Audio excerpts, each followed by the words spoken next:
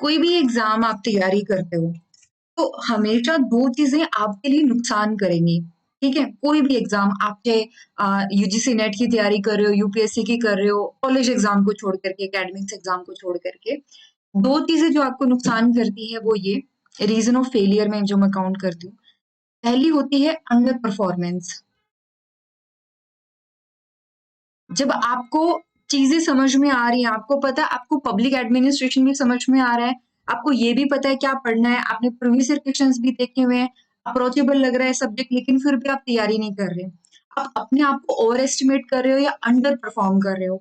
ठीक है, under perform क्या होता है? जब आप एक सब्जेक्ट को मल्टीपल टाइम पढ़ चुके हो। सेम फिनोमिना जो मैंने अभी आपको बताया कि एक एस्पिरेंट अगर मान लो स्टार्ट करता है, ठीक है, अभी आपने पब्लिक एडमिनिस्ट्रेशन स्टार्ट किया, 3 महीने आपने यहाँ पे टाइम लगाया, उसके बाद में हो सकता है 10 से 15 दिन का कोई रीजन हो गया हो, कोई गैप लग गया हो, उसके बाद में फिर आप क्या करते हो, ये एक ब्रेक लग जाता है और फिर आप एकदम फ्रेश इसको स्टार्ट करते हो। ठीक है, ये क्या है? आपका टाइम वेस्ट कर रहा है। यू नो कि हाँ क्या पढ़ना है, बट आप उसको सीरियसली नहीं ले रहे हो, ना ही आप कोई स्ट्रेटेजी बना करके उसको स्टडी कर रहे हो। That is your underperformance when you know the things what to read what not to read. ठीक है, इसके अंदर ढेर सारी चीजें आ जाती हैं, उस पे हम बाद में आएंगे। एक और पॉइंट है जो आपके फेलियर का कारण बनता है, वो ये कि आप रॉन्ग रिसोर्सेज को फॉलो कर रहे हो या रॉन्ग टेक्निक लेकर के चल रहे हो। एक तो जैसे होता है ना कि मुझे लड़ना आता है, लेकिन मैंने सामने वाले को एनालाइज करे बिना ही मैं मैदान में कूद पड़ी और मैं अपना बेस्ट नहीं दे पाई। मैंने तैयारी, मुझे पता था कि ठीक है I can do it, but मैंने तैयारी नहीं करी, मैंने प्रैक्टिस नहीं करी। Under performance. बट मुझे समझ में ही नहीं आ रहा, मैं प्रैक्टिस तो कर रही थी, दिन रात मैं पढ़ तो रही थी, बट मुझे पता ही नहीं था पढ़ना क्या है। रॉन्ग टेक्निक, गलत रिसोर्सेज में आपने पूरे 6 महीने लगा दिए, एक दिन का ब्रेक नहीं लिया, 8 8 घंटे आप कॉन्टिन्यूसली पढ़ रहे हो, ये रॉन्ग टेक्निक है। जो एग्जाम के पैटर्न को नहीं समझ पाते, जो इसकी नीड को नहीं समझ पाते, वो इस ट्रैप में फंसते हैं। और जो इसमें क्या होता है रॉन्ग टेक्निक में, आपने बिना प्रीवियस ईयर क्वेश्चंस को एनालाइज करे, बिना रिसोर्सेज को देखे, आपने जस्ट फॉलो करना शुरू कर दिया। जो सामने आए उन चीजों को आपने फॉलो करना स्टार्ट कर दिया। रॉन्ग टेक्निक हो सकती है, ये आपको ठीक करनी पड़ेगी। फर्स्ट थिंग, मेनली प्रॉब्लम आती है अंडर परफॉर्मेंस की, इस दोनों में ही आप काउंट कर सकते हो। पहली चीज तो ये कि कितना टाइम देते हो आप, आपकी एक प्रॉपर स्ट्रेटेजी ना होना। ठीक है, और फिर स्ट्रेटेजी पे कंसिस्टेंसी मेंटेन ना कर पाना। जस्ट कंसिस्टेंसी से मेरा मतलब यही है कि देखो, नॉर्मल सी बात है, ह्यूमन बीइंग है, कॉन्टिन्यूसली नहीं रह पाते हैं, 2 3 दिन का कभी ना कभी ब्रेक चाहिए होता है। बट वो ब्रेक इतना बड़ा नहीं होना चाहिए कि फिर सब्जेक्ट बिल्कुल नया स्टार्ट करना पड़े। याद रखना, जब आप एक चीज को बिना डिटेल में पढ़े छोड़ देते हो, फिर से नया स्टार्ट करते हो, तो सेचुरेशन पॉइंट बहुत इजीली आ जाता है। वो गलती नहीं करनी है। सेकेंड थिंग, जब हम कोई नया टॉपिक पढ़ते हैं, जब सामने वाला हमें एक्सप्लेन कर रहा हो, तो ये बहुत इजीली हमें ये फील हो जाता है कि ठीक है टॉपिक हमें समझ में आ गया। ठीक है, वो सामने वाले के एक्सप्लेन करने पे है। जैसे कोई हमें स्टोरी सुना रहा है, जब वो हमें स्टोरी सुना रहा है तो हम हमें समझ में आ रहा है कि कहाँ कौन सा इंसिडेंट हुआ। बट वही स्टोरी जब हमें अपने शब्दों में बतानी होती है, तो कहीं ना कुछ गड़बड़ होगी। फर्स्ट टाइम सुन करके जब आप स्टोरी को वापिस से रीटेल करोगे, तो वहां पे वही प्रॉब्लम आती है। सेम आपका पब्लिक एडमिनिस्ट्रेशन के साथ भी होता है। जब मैं आपको एक्सप्लेन करती हूँ, यू विल फील कि मुझे टॉपिक समझ में आ रहा है, बट जब तक आप उसको अपनी लैंग्वेज में एक्सप्लेन नहीं करोगे, तब तक कोई सॉल्यूशन नहीं निकल करके आने वाला है। वही आपका टाइम जो है, आप इसी ट्रैप में फंस चुके हो, आपका टाइम आप वेस्ट कर रहे हो। अगर आपको ये लग रहा है कि just by attending half hour lecture मेरा काम बन रहा है, मुझे और एक्स्ट्रा करने की जरूरत नहीं है, and it is completely wrong.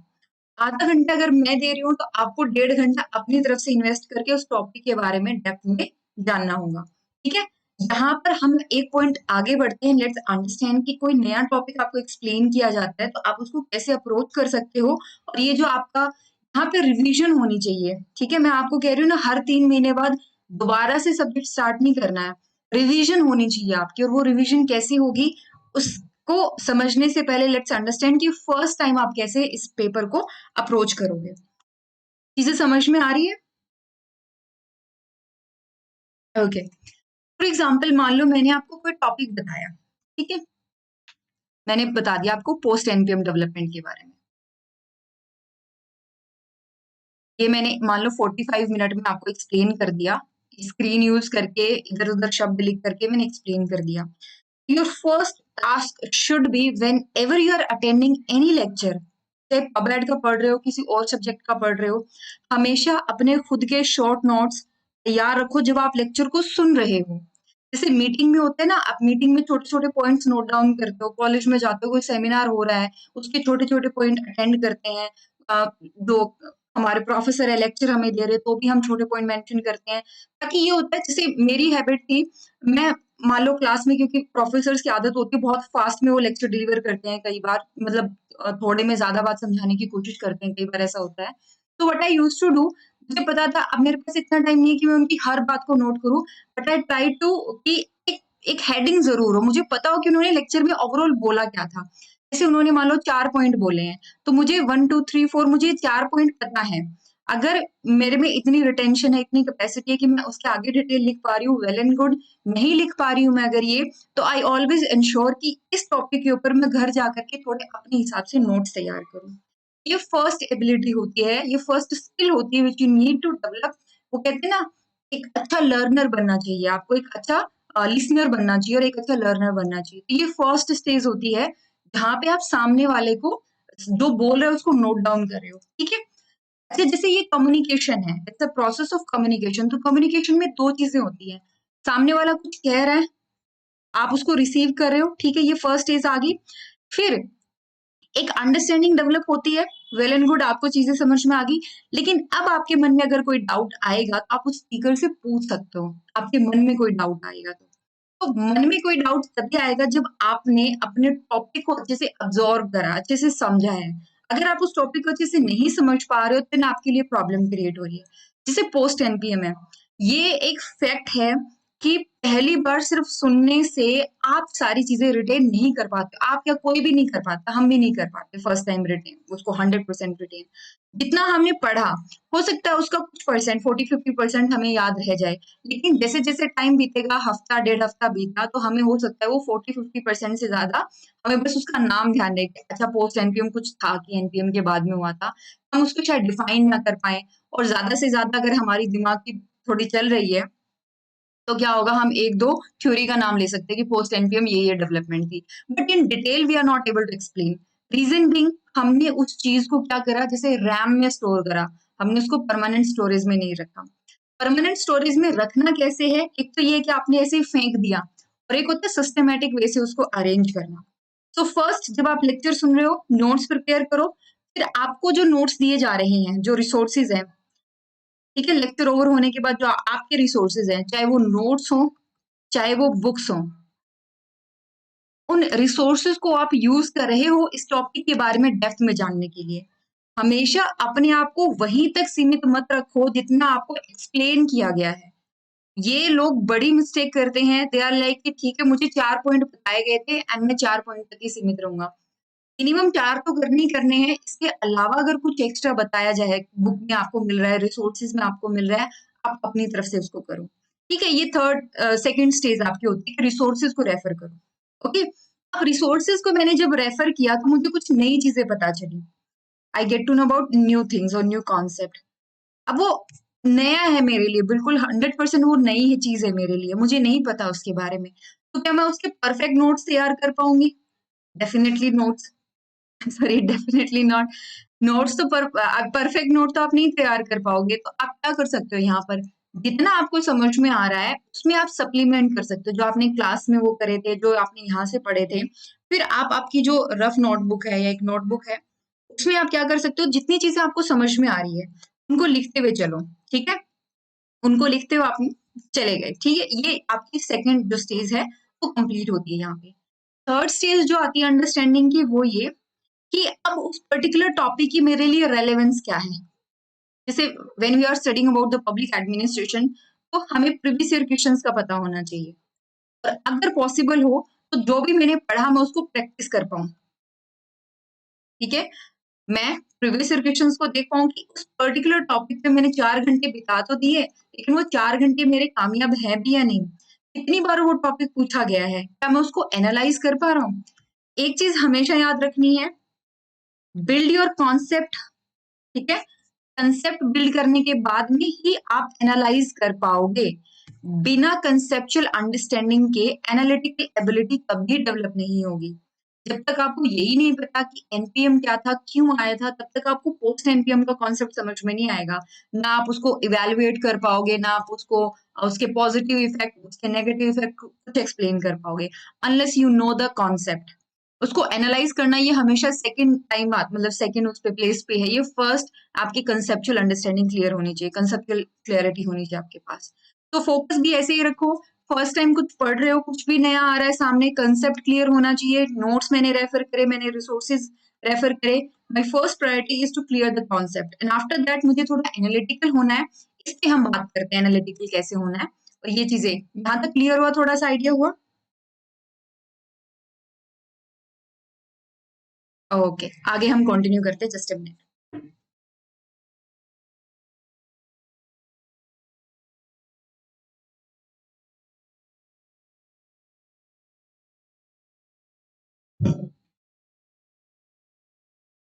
अब आते हैं किसी टॉपिक को डेप्थ में कैसे पढ़ा जाता है। जैसे आप रिसोर्सेज को रेफर कर रहे हो, कुछ भी रेफर कर रहे हो, यू शुड नो ये टॉपिक है, बट मुझे उसमें से पढ़ना क्या है, मैं क्या क्या रेफर करूं इसमें से। तो आई ऑलवेज बिलीव कि आपको मेंस में आंसर्स लिखने हैं, राइट? अच्छे आंसर्स आपको लिख करके आने हैं। अच्छे आंसर्स अच्छे सवालों के साथ आते हैं। तो अपने आप को प्रिपरेशन के दौरान ही इस तरीके से यूज टू कर लेना है कि एग्जामिनर के लेवल के क्वेश्चंस आप अपने आप से पूछ पा रहे हो। ठीक है, पहले शुरू करो छोटे छोटे क्वेश्चन से, जैसे एनपीएम क्या है, एनपीए क्या है, क्यों डेवलप हुआ, कैसे हुआ, क्या नई चीजें लेकर के आए। इस तरीके से सिंपल क्वेश्चंस पूछना शुरू करो। फिर आप प्रीवियस ईयर क्वेश्चंस को देखोगे ना, then you will have the ability कि अच्छा now I can upgrade the, वो होता है ना, क्या टर्म यूज करते हैं, मैं थोड़ी सी अपने जो स्किल्स हैं, जो लेवल है क्वेश्चन पूछने का, मैं उसको एनहांस कर पाती हूँ। ठीक है, सो फर्स्ट लेट्स अंडरस्टैंड कि बेसिक क्वेश्चंस कैसे पूछने अपने आप से। और ये आप हर चीज में अप्लाई कर सकते हो, हर मतलब पब्लिक एडमिनिस्ट्रेशन के अलावा बाकी जो आपके पास टॉपिक है आप उनमें भी अप्लाई कर सकते हो। एक बार की मेहनत है। ये जो आप बार बार करते हो ना, हर 2 महीने बाद कुछ नया स्टार्ट करना है, किसी नए पर्सन के पास जाना है, कोई नया कोई टेस्ट सीरीज आ गई, कुछ नया आ गया, उसको ज्वाइन करना है, ये उस हैबिट से, उस रिपीटेशन से बच जाओगे। ये हर बार एक नया सर्कल स्टार्ट होता है ना, कि कुछ वो सेम चीज आपको नए तरीके से शुरू करनी है, उससे आप बच जाओगे। तो बेसिक क्वेश्चंस वही होते हैं, 5W+1H। ठीक है, पब्लिक एडमिनिस्ट्रेशन में मैं इसको थोड़ा अलग तरीके से इंटरप्रेट करती हूँ, बट यहाँ पर कैसे है कि ये चीज है क्या। ठीक है, क्यों है, क्यों आई है, ये कॉन्सेप्ट क्यों दिया गया, कब दिया गया, किसने दिया ये कॉन्सेप्ट, और कहाँ, या इसकी एप्लीकेबिलिटी कहाँ है, where to apply this concept. For example if we are talking about the NPM, new public management, क्या कॉन्सेप्ट है, इसकी कंसेप्चुअल आपकी क्लैरिटी आएगी। क्यों आया ये, तो आपको पता चलेगा थोड़ा सा बैकग्राउंड का कि क्यों आया एनपीएम। एनपीएम आने के पीछे कुछ ना कुछ प्रॉब्लम रही होगी, उसका सोल्यूशन है एनपीएम। कब आया ये, तो आइडिया रहेगा कि अच्छा ठीक है 1980s के टाइम पे आया ये। किसने दिया ये, तो थिंकर्स का आइडिया रहेगा। और कहाँ पर हम इसको अप्लाई कर सकते हैं, तो फिर आपको समझ में आएगा कि ठीक है जो पब्लिक सेक्टर अंडरटेकिंग है, जो पब्लिक सेक्टर है, वहां पर हम इसको अप्लाई कर सकते हैं। ठीक है, एंड हाउ, ये हाउ वाला आपको अगर मिल जाता है कि कैसे अप्लाई करना है, या आप थोड़ा सा डिटेल में चले जाते हो कैसे अप्लाई करना है। देखो कोशिश करो कि ये 6 जो क्वेश्चंस है ये आप हर टॉपिक से पूछ पाओ। हो सकता है कुछ में आप व्हेन का आंसर नहीं कर पाओगे, वेयर का आंसर नहीं कर पाओगे, हाउ का आंसर नहीं कर पाओगे, बट इट्स ओके। ये 6 क्वेश्चन अपने आप को रेडी रखो, whenever you are hearing a new term और एक नया कॉन्सेप्ट आप पढ़ रहे हो, ये 6 के 6 क्वेश्चन तो जो है आप अपने आप से पूछ रहे हो, और इनकी नोट्स जो है वो आपके तैयार हो रहे हैं। ठीक है, अब एक चीज और याद रखना, नोट्स तैयार करना मतलब एक नई किताब लिखना नहीं होता है। नोट्स बनाना मतलब जो चीजें बुक में दी गई हैं उनको आप शॉर्ट में कैसे अपने आप को समझा पा रहे हो। और अगर किसी को वहम हो, कोई ये सोच रहा हो कि नोट्स तैयार करें कैसे, ये भी एक स्किल होती है अपने आप में, लेकिन ये इतनी बड़ी स्किल नहीं कि इसको सीखने में आपको साल 6 महीने लग जाए। स्किल है, नोट्स आप तभी बना पाते हो जब आप किसी टॉपिक को डेप्थ में सीखते हो। ठीक है, जब आपको किसी टॉपिक की नॉलेज होती है तब आप उसके नोट्स बना पाते हो। तो नोट्स बनाने से पहले आपको क्या करना पड़ेगा, उन चीजों के बारे में सीखना पड़ेगा। राइट? ये देखो यहाँ पे मैंने बोला था ना कि नोट्स बनाने हैं कब? जब आप सुन रहे हो, सामने वाला तैयार है, सामने वाला आपके लिए क्या कर टॉपिक तैयार करके आया है, वो आपको सिर्फ वही बातें बता रहा है जो रेलेवेंट है आपको समझने के लिए। लेकिन जब आप रिसोर्सेज रेफर कर रहे हो, ये जो टॉपिक बताए गए हैं इनसे लिमिटेड रहो, एक्स्ट्रा कुछ पढ़ना चाहते हो तो उसको भी उसी फॉर्मेट में लेकर के आओ, मतलब शॉर्ट फॉर्मेट में लेकर के आओ। ठीक है? अब जैसे आप कोई भी नया टॉपिक पढ़ते हो, तो यहाँ तक आपका क्लियर हुआ? वैसे ये चीज समझ में आई?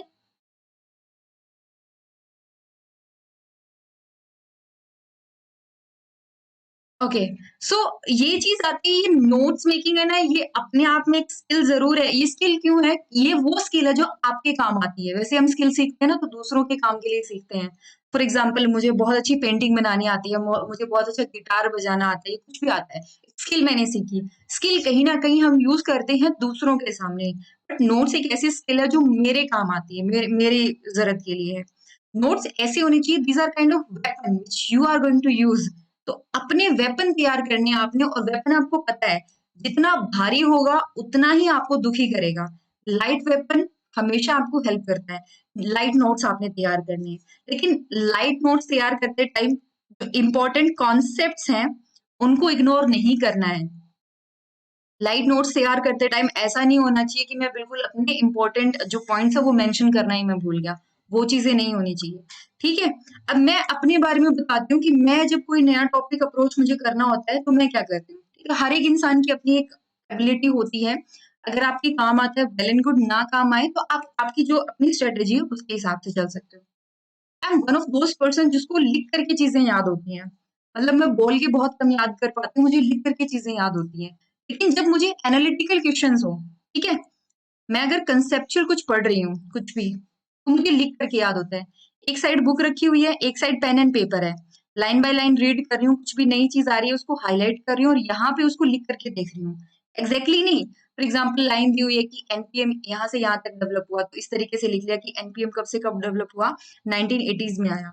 क्यों आया? क्योंकि पब्लिक चॉइस थ्योरी आ चुकी थी, क्योंकि मार्केट जो है, सॉरी स्टेट जो है वो फेल हो चुका था। अपनी लैंग्वेज में, मतलब रफ कॉपी मेरी ऐसी होती है कि कोई दूसरा समझ भी ना पाए, बट मुझे समझ में आती हैं चीजें। कई बार तो ऐसा होता है कि समझने के लिए ना, जैसे मान लो कोई प्रोसेस है, कोई इवेंट मुझे करना है, आई वाज लाइक अच्छा 1960s में ऐसा हुआ था, उसकी वजह से 1970s में ऐसा हुआ, 1980s में ऐसा हुआ, उसकी वजह से 1990s में इसका ये कॉन्सिक्वेंसेस निकल करके आया, और आज के दिन ये है। अब दूसरे को लगेगा कि ये क्या है, बट मुझे समझ में आ गया कि इस पूरी प्रोसेस में, इस पूरे इवेंट में 5 स्टेप है।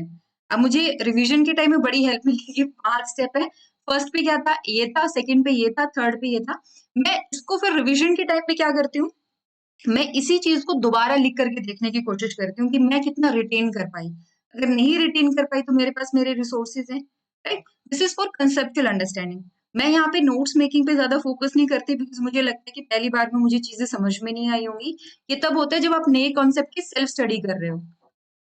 कोई भी नया टॉपिक आप जब पढ़ने की कोशिश कर रहे हो तब आप उसको नहीं समझ पाते। फॉर एग्जाम्पल, आपके सामने कोई एडिटोरियल है, उसकी लैंग्वेज इतनी टफ है कि आपको नहीं समझ में आता क्या क्या बोलने की क्या कोशिश कर रहा है वो। सही बोल रहा है, गलत बोल रहा है, सेकंड है, वो बाद में बात करेंगे, बोल क्या रहा है वो तो पता हो। तो कंसेप्चुअल अंडरस्टैंडिंग यहाँ पे हुई। तो ये मैं क्या करती हूँ, लिख करके उसको रिटेन करने की कोशिश करती हूँ, उससे मुझे बड़ी हेल्प मिलती है, और ये टेक्निक मैंने अपने स्कूल टाइम में सीखी थी, it is still working for me. Second आता है analytical questions. Analytical questions, for example analytical question ये है कि एनपीएम जो है वो कैसे आज के टाइम पे भी रेलेवेंट है। अब इस चीज में बहुत सारे पॉइंट्स जुड़े हुए हैं आपस में, तो ये मुझे बोल करके याद करने की मतलब याद करने की आदत हो गई है। What I used to do, I used to take a walk, मतलब छत काफी बड़ी है तो इधर से उधर घूमते हुए मैं हर एक पॉइंट को रिकॉल करने की कोशिश करती हूँ कि अच्छा एनपीएम क्या था। एनपीएम एक टेक्निक है, जो इसने इन्वॉल्व करी, इसने वो करा था। अच्छा, ये इसका डेवलपमेंट आया पब्लिक चॉइस अप्रोच से। पब्लिक चॉइस अप्रोच क्या कहती है? पब्लिक चॉइस अप्रोच कहती है कि ठीक है, इसमें डाउन्स और निस्कानन का व्यू आ गया। डाउन्स और निस्कानन ने क्या बोला था, ये बोला था। फिर आप एक पॉइंट से दूसरे पॉइंट की तरफ आप बढ़ते जाते हो।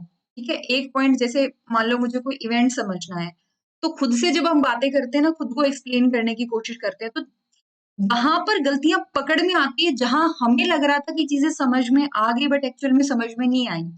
एक वो फॉल्स सेंस डेवलप हुआ ना कि I get to know the things, मुझे सब समझ में आ गया, मुझे बढ़िया एकदम क्लियर, क्रिस्टल क्लियर हो गया। लेकिन जब आप खुद को एक्सप्लेन करोगे ना, यू गेट टू नो कि नहीं, कुछ ना कुछ अभी भी मिस्टेक आ रही है। आप कहीं ना कहीं डॉट्स को कनेक्ट नहीं कर पा रहे हो, डॉट्स को कनेक्ट नहीं कर पा रहे हो, तो फिर वहां पे प्रॉब्लम है। वहां पे उठाओ अपने नोट्स और उनको देखो कहाँ क्या चीज आपसे मिस हुई है। तो इस तरीके से आप एनालिटिकल एबिलिटी बहुत अच्छे से डेवलप कर पाओगे। ठीक है, एनालिटिकल एबिलिटी मतलब क्या चीज हो सकती है, उसके उसके पॉजिटिव पॉइंट्स, उसके नेगेटिव पॉइंट्स, और उसका इवैल्यूएशन हो गया। ठीक है, उसका कंट्रीब्यूशन क्या है, यही चीज आ गई, पॉजिटिव पॉइंट, नेगेटिव पॉइंट, और वो उसके कंट्रीब्यूशन या उसके रेलेवेंस मान सकते हैं हम कि इसका रेलेवेंस क्या रहा। अब हर चीज में तो ये टेक्निक आप फॉलो कर सकते हो, बट ये जो तरीका है पॉजिटिव पॉइंट्स, नेगेटिव पॉइंट, इनका रूप बदल जाता है जब टॉपिक चेंज होता है। फॉर एग्जाम्पल, आप ऑर्गेनाइजेशनल स्ट्रक्चर पढ़ रहे हो, ठीक है, स्ट्रक्चर में आ गया मिनिस्ट्री। अब मिनिस्ट्री में क्या ही उसके रेलेवेंस पढ़ोगे, क्या इसके नेगेटिव पॉइंट पॉजिटिव पॉइंट पढ़ोगे, इसकी क्या ही रेलेवेंस पढ़ोगे आप। यहाँ पर क्वेश्चन आपके चेंज हो जाएंगे। ठीक है, कि इसके कंसर्न्स क्या हैं, चैलेंजेस क्या हैं, और कैसे हम इनको बेहतर बना सकते हैं, अल्टरनेटिव क्या है, रिफॉर्म क्या हो सकते हैं, इसके अंदर क्या क्या सुधार किए जा सकते हैं, सजेस्ट सम मेजर्स। तो वहां पर आपके क्वेश्चंस का नेचर चेंज हो जाएगा, बट जो बेसिक क्रक्स है क्वेश्चन पूछने का, वो काफी हद तक यही रहता है। हर एक स्टूडेंट की मान के चलो, मैं आपको यहाँ पे एज अ स्टूडेंट बता रही हूँ कि जब मुझे कोई टॉपिक नया सीखना होता है तो मैं कैसे अप्रोच करती हूँ। आप भी जब कोई नया टॉपिक पढ़ते हो तो आई एम डैम श्योर कि आपके भी कुछ ना कुछ ऐसे तरीके होंगे, शॉर्ट नोट्स कैसे बनाते हो आप पढ़ते कैसे हो। बट आई ऑलवेज बिलीव कि टॉपिक ऐसा क्लियर करो कि कम से कम एक बार आपने पढ़ लिया, मैं मानती हूँ हो सकता है आपसे कोई पॉइंट मिस हो गया हो सकता है आपने नेगेटिव पॉइंट आपसे मिस हो गया हो। ठीक है, आप रेलेवेंस पे बात नहीं कर पा रहे हो, लेकिन जितना आपने पढ़ा है ना उतना शानदार पढ़ा है, आपके कंसेप्ट में गड़बड़ नहीं है। एनालिटिकल ठीक है, बाद में आप नहीं पढ़ पाए या कुछ रीजन हो गया फर्स्ट टाइम में, सेकेंड टाइम जब पढ़ रहे हो तो इन गलतियों को आइडेंटिफाई करो। ठीक है, ये चीजें हैं। क्लियर हुई कुछ कुछ?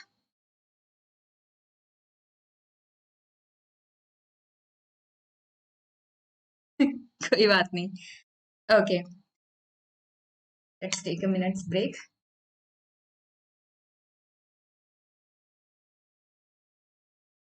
अब एक चीज और, एक छोटा सा मैं आपको मॉडल बताती हूँ। जब आप स्कूलिंग करते हो ना, स्कूलिंग में आपका क्या होता है, जो भी मॉडल होता है आपको आपको जो चीजें बताई जाती है उसमें टीचर का रोल इंपॉर्टेंट रहता है। ठीक है, टीचर आपको सब चीजें बताता है। फिर आप जब कॉलेज में जाते हो ना, तो कॉलेज में आपका जो स्टूडेंट होता है उसका रोल इंपॉर्टेंट हो जाता है। अगर आपने क्लासेस अच्छे से अटेंड करी होंगी तो क्या होता है, वो आते हैं 30 to 40% चीजें बताते हैं, और बाकी फिर लाइब्रेरी में धक्के खाते रहो। लाइब्रेरी में हो सकता है बुक्स भी ना मिले, फिर इधर उधर से जुगाड़ करो, लेकिन होता यही है ना कि वो पूरा 100% कंसेप्ट आपको एक्सप्लेन नहीं करेंगे।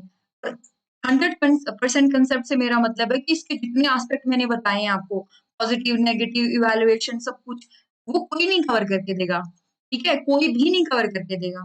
तो यहाँ पर जब आप कंपटीशन एग्जाम की तैयारी कर रहे हो, आप इस चीज को समझो। स्कूलिंग में थे, टीचर पे कॉलेज में आए तो आपकी जिम्मेदारी बन गई।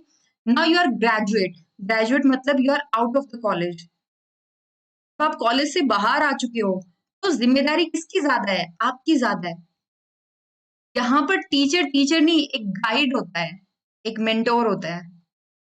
तो आप 100% उसकी रिस्पॉन्सिबिलिटी पे नहीं चल सकते कि सामने वाला आपको सब कुछ एक्सप्लेन करेगा तब आप लिख करके आओगे।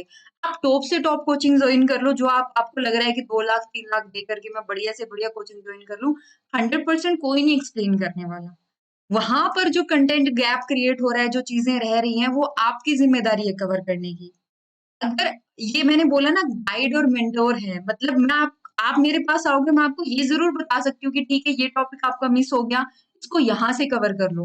बट मैं हर चीज को आपके लिए मैं भी नहीं कर पाऊंगी, मैं अगर अपना बेस्ट भी ट्राई करूँ तो भी मेरे से कुछ ना कुछ पॉइंट मिस हो जाएंगे। अदरवाइज क्या होगा, 4 4 घंटे की क्लासेस चल रही है और फिर भी क्या हो रहा है, हम कुछ ना कुछ टॉपिक को मिस कर पा रहे हैं। So now it's your responsibility, आप कैसे इस चीज को टैकल करते हो, कैसे हैंडल करते हो, अपनी प्रिपरेशन को कैसे बूस्ट करना है, अपनी नोट्स कैसे बनाने हैं, उनको रिवाइज कैसे करना है, ये आपकी है। हाँ, कोई स्ट्रेटेजी बनानी है, कुछ चीजें समझ में नहीं आ रही, कुछ भी प्रॉब्लम आ रही है, तो फिर आप हेल्प ले सकते हो, बट ये हेल्प होती है। ठीक है, ये आपको रास्ता जरूर बता देंगे बट रास्ते पे चलना आपको ही है। सो कहीं पर भी आप ये सोच रहे हो कहीं क्लासेस आपने ज्वाइन करी हुई है तो सिर्फ पब्लिक एडमिनिस्ट्रेशन के लिए नहीं है, ये हर चीज के लिए, हिस्ट्री, पॉलिटी, एसे, एथिक्स, सब के लिए। वहां पर गाइड और मेंटोर अगर कोई बहुत अच्छा है करवा रहा है then it's well and good, but फिर भी कहीं ना कहीं कंटेंट गैप जरूर क्रिएट होता है, और वही कंटेंट गैप, कई बार आपने सुना होगा ना, बहुत सारे लोग कंप्लेन करते हैं कि मैंने तो कोचिंग मटेरियल रट डाला, मैंने पढ़ डाला, लेकिन फिर भी मेरा सिलेक्शन नहीं हुआ। क्यों नहीं हुआ? वो यही कमी होती है। सामने वाला हमें कितने ही बढ़िया करंट अफेयर के नोट्स बना के दे दे, जब तक हम इसको खुद से नहीं कंज्यूम करेंगे तब तक हमें समझ में नहीं आएगा, तब तक हमारे लिए वो वेस्ट है, वो बस वो एक पेपर वाली चीजें हैं, हमारे किसी काम की नहीं है। आप कितना ही अच्छा करंट अफेयर मटेरियल ले आओ, कितने ही अच्छे न्यूज़पेपर वो ले लो, लेकिन जब तक आप उसको यूज नहीं करोगे ना, आपके किसी काम की नहीं है। ठीक है, ये चीज हमेशा जब भी स्टडी कर रहे हो, अब आप you are already out of college, मतलब जो मास्टर्स कर रहे हैं, डेफिनेटली मास्टर्स लेवल पे भी जो टीचिंग का मेथड होता है, जो गाइड होता है, उसका चेंज हो जाता है। कॉलेज में आपको 30-40% एक्सप्लेनेशन मिलती तो है, मास्टर्स में तो इससे भी थोड़ा सा हाल थोड़ा चेंज हो जाता है, आपको एक्स्ट्रा करिकुलर एक्टिविटीज में पार्ट लेना पड़ता है। एंड जब आप एक रिसर्च स्कॉलर बन जाते हो तो और भी हालत टाइट हो जाती है। वहां पे तो सब कुछ आप कर रहे हो और फिर आप बस एक ये देखने के लिए कि मैं कहीं गलत रास्ते पे तो नहीं जा रहा, तो फिर वहां पर आपको एक रिसर्च गाइड मिलता है।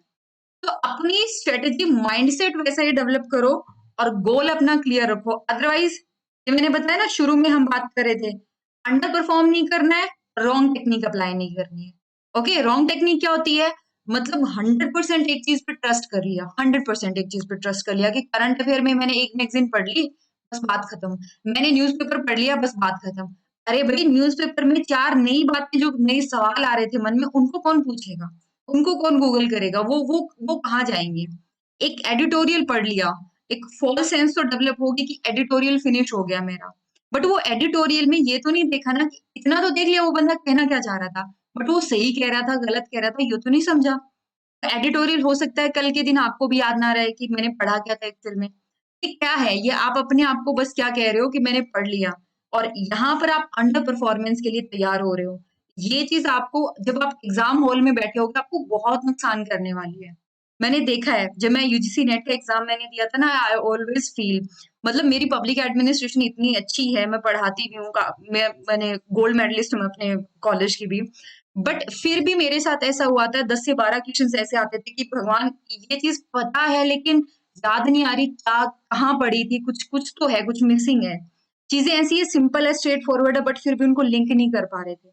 तो प्रॉब्लम्स होती हैं, और वो प्रॉब्लम क्यों होती है मैंने जब तक आपको बता दिया है क्या कुछ हो सकता है। अगर इसमें आपको कोई डाउट है, कुछ नया पूछना है, तो most welcome, then will jump to the answer writing.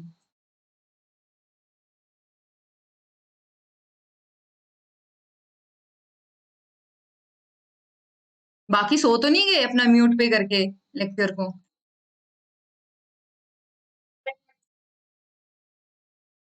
Okay, अब जस्ट दो चीजें याद रखनी है। पहला, कि बेटर क्वेश्चंस पूछने हैं, बेटर भी नहीं, गुड क्वेश्चंस पूछने हैं, और ये हर जगह अप्लाई करो, हर जगह। जब भी सामने वाला, आप कम्युनिकेट करो, कम्युनिकेशन में तो क्वेश्चंस ही होते हैं ना, कि और भाई, और बता क्या चल रहा है, अब और बता का क्या आंसर है? ये अच्छा सवाल नहीं है, अच्छा सवाल नहीं है, बैड क्वेश्चन, बैड कम्युनिकेशन। और बैड कम्युनिकेशन की आपको अगर हैबिट हो जाएगी तो फिर कहाँ प्रॉब्लम आएगी?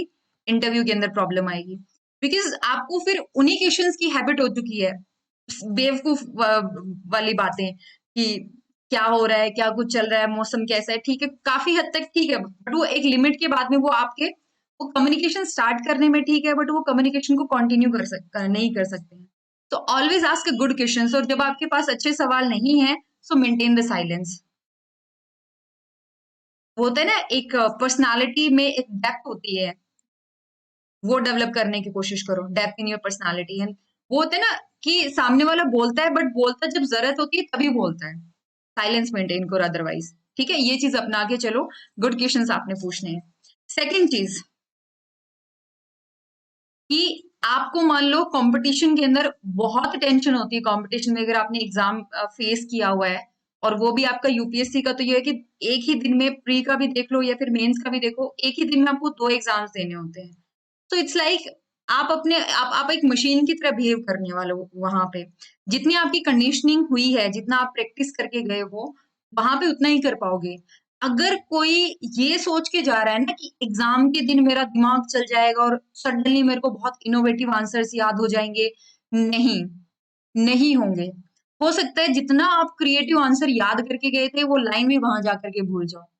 कई लोगों में हैबिट होती है, और ये हैबिट हमें कॉलेज से पड़ी है। कॉलेज में क्या होता है कि वन नाइट स्टडी करी, टॉपिक के बारे में कुछ कुछ पता था, और कॉलेज में जैसे ही घुसे, एग्जाम पेपर हाथ में आया, इधर की बातें उधर, उधर की बातें इधर लिख दी। ठीक है, जिसका कोई आपस में लिंक भी नहीं है, वो बातें भी लिख करके आ गए कि कुछ तो मार्क्स मिलेंगे। वो चीज नुकसान करती है हमें यहाँ पे। हमें वी ऑलवेज बिलीव कि when we reach into the examination hall, suddenly हमारा दिमाग इतना एक्टिव हो जाएगा कि हम इतने बेहतरीन आंसर लिख करके आएंगे, इतने बढ़िया आंसर लिख करके आएंगे कि एग्जामिनर को इंट्रोडक्शन देखते ही मतलब कि क्या ही पढ़ लिया आपने, वाह क्या ही, मेरे तो जिंदगी का एक रिसर्च मेरी पूरी हो गई एक आंसर शीट पढ़ के।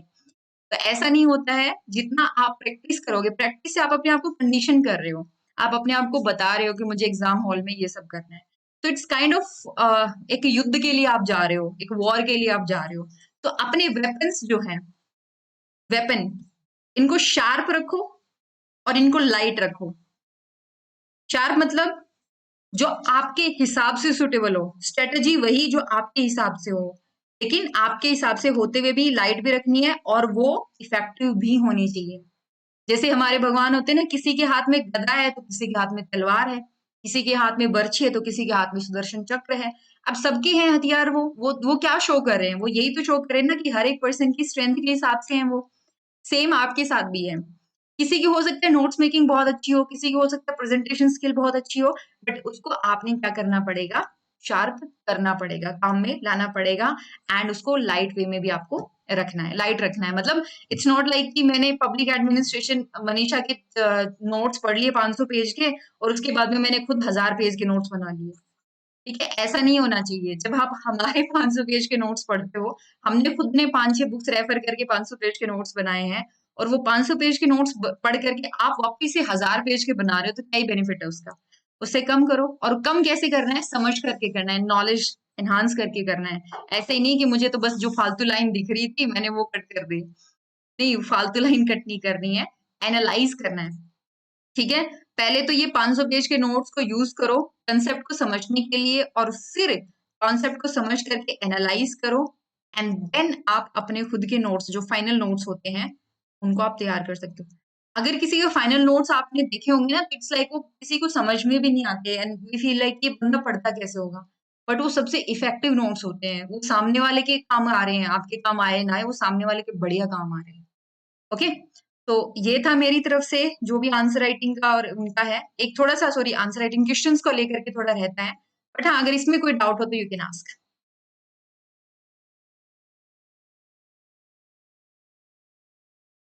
ठीक है, अब बात करते हैं आंसर राइटिंग की।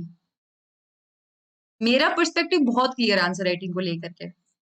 मैं मतलब 2018 ऑनवर्ड मैं पब्लिक एडमिनिस्ट्रेशन टीच करी हूँ, and I get lot of calls about this कि हमने वहां से कोचिंग करी है, हमने यहाँ से कोचिंग करी है, लेकिन जब आंसर राइटिंग करते हैं, जब प्रीवियस ईयर क्वेश्चंस देखते हैं तो बड़ी प्रॉब्लम आती है, क्वेश्चन समझ में नहीं आता, फिर लगता है कि टॉपिक हमने क्यों ही करा, हमने कोचिंग में इतना अटेंशन नहीं दिया।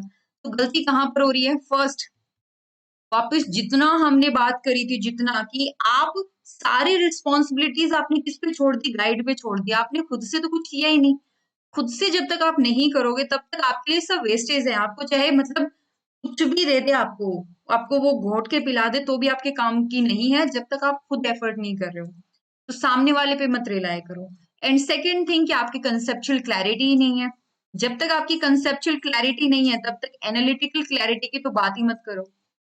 जब तक आपको यही नहीं पता कि यूनिफॉर्म सिविल कोड है क्या, और मैं आपसे बात कर रही हूँ कि ये सही है या गलत है, इसको इम्प्लीमेंट किया जाना चाहिए कि नहीं किया जाना चाहिए, पहले ये तो पता लगाओ कि ये है क्या, इसके बेसिक प्रोविजंस तो समझो। वैसे ही आंसर राइटिंग में होता है। एक टॉपिक पढ़ा, एक यूनिट पढ़ी, पहले बेसिक सिंपल कंसेप्चुअल क्वेश्चंस को अटेम्प्ट करो। ठीक है, बेसिक क्वेश्चंस मतलब जैसे व्हाट इज एनपीएम, छोटा सा क्वेश्चन है, right a short note on NPM. इससे आपकी सारी हकीकत आपके सामने होगी कि कितना बेहतर से आप एनपीएम के बारे में जानते हो। और जो लोग इसको कर लेते हैं ना, इस पे कमांड बना लेते हैं, फिर उनको एनालिटिकल क्वेश्चंस को समझने में ज्यादा प्रॉब्लम नहीं आती। ठीक है, तो इसके साथ ही ये सारी खिचड़ी हमने पकाई। Now one more thing, PYQs एक गाइड की तरह आपके लिए काम करते हैं।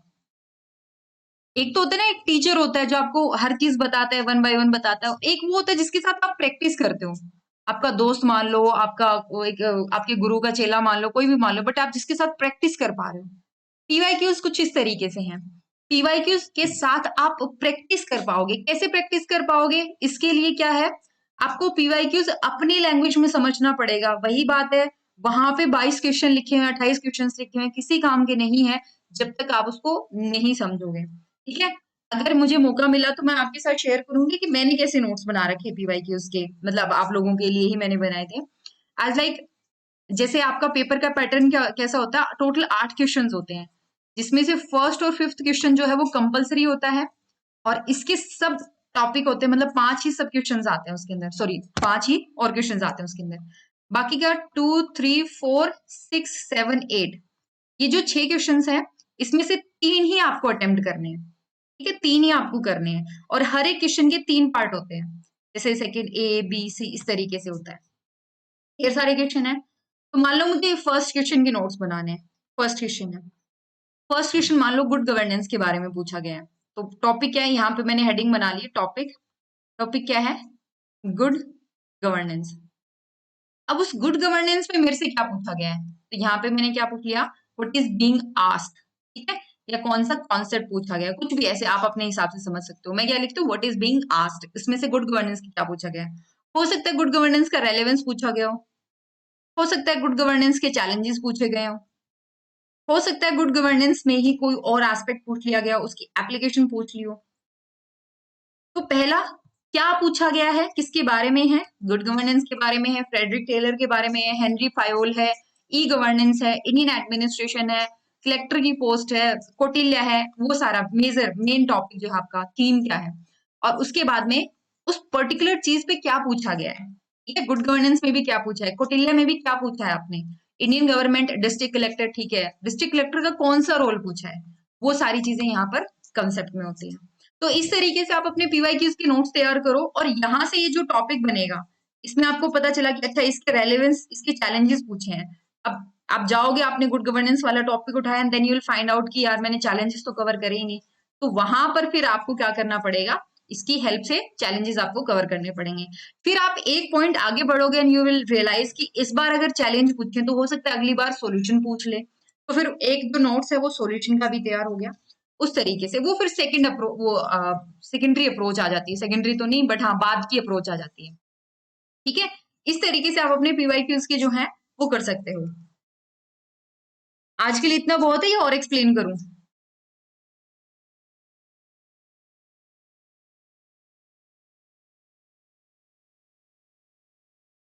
ठीक है, क्योंकि बहुत तेज बारिश आ रही है यहाँ पे।